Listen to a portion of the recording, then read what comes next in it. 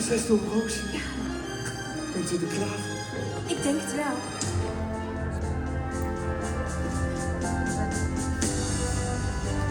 Dan kroniken wij deze tot koningin!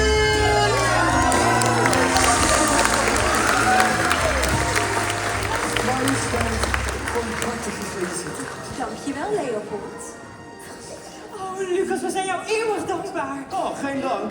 Is er nog een wens die wij voor jou in vervulling kunnen laten gaan? Wat, echt? Ja, heel graag zelfs. Prinses, of uw majesteit. Ik zou namelijk echt heel graag met je willen trouwen. Maar dat kan niet, want jij bent niet van adel. Ja, meneer. Landgenoten, ik als jullie nieuwe koningin bepaal dat alle leden van het koninklijk huis vanaf nu mogen trouwen met wie zij maar willen, ongeacht rang of stand en dus ook met een bode. Oh, dat is nou onze koningin! Leo, goed nou. Lang leven de koningin! Hiep, hiep! Langharige cavia.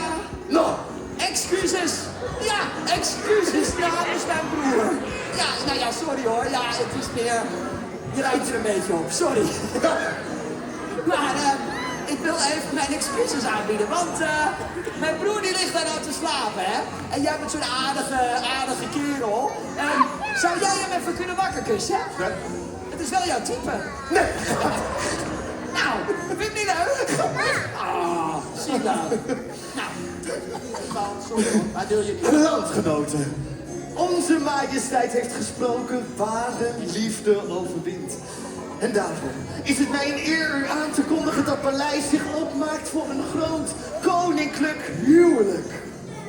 Het huwelijk van onze nieuwe majesteit en haar prins gemaal.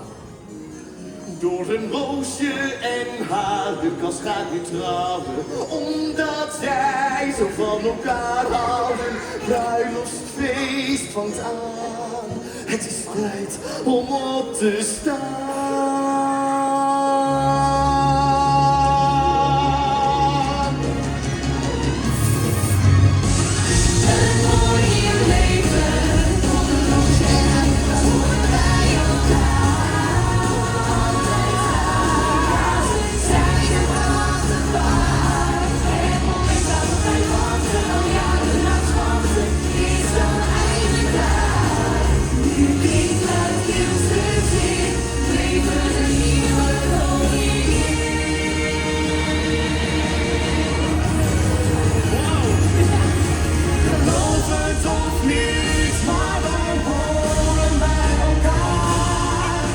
Muziek bij een lied voortaan, blijf er aan je paard.